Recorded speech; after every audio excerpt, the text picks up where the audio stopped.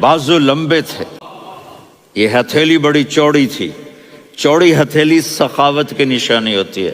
رہبر مسیح القدمین، پاؤں اتنے نرم تھے لگتا تھا اس پر تیل لگا ہوا ہے، اور پانی اس سے یوں نیچے چلا جاتا تھا، اور یمشی تکفین، کندھے جھکا کے چلتے تھے۔ اللہ اکبر، یہاں 4 آدمی سلام کریں تو آدمی یوں ہو جاتا ہے، اور میرے نبی کو فرشتے سلام کر رہے ہیں اور آپ یوں چلتے تھے، ایسے ایسے چلتے تھے، تھوڑے سے کندھے جھکا کے چلتے تھے، ایسے آپ کبھی نہیں چلے۔ جو دیکھنے میں ایسا حسین ہو اس سے پیار کیوں نہ کیا جائے؟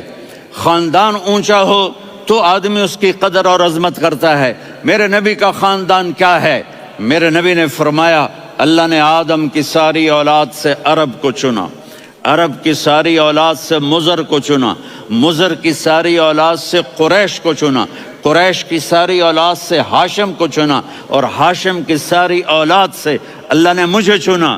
میں سب سے اعلیٰ خاندان کا ہوں، عالی نسب ہوں۔ میرے اللہ نے میرے 10 نام رکھے ہیں، میں محمد، میں احمد، میں ماہی، میں حاشر، میں عاقب، میں فاتح، میں ابو القاسم، میں طٰہٰ، میں یاسین۔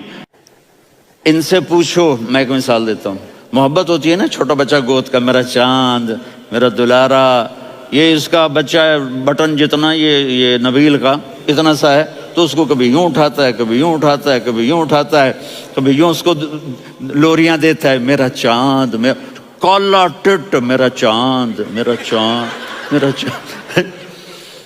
تو میرے رب کو اپنے حبیب سے محبت ہے، تو صرف محمد نہیں کہتا، چونکہ محمد کہنے سے محبت کا فلو نکلتا نہیں، تو اللہ نے اپنی محبت کے فلو کو نکالا، میرا محمد، میرا احمد، میرا ماہی، میرا حاشر، میرا عاقب، میرا فاتح، میرا قاسم، میرا ابو القاسم، میرا طٰہٰ، میرا یاسین۔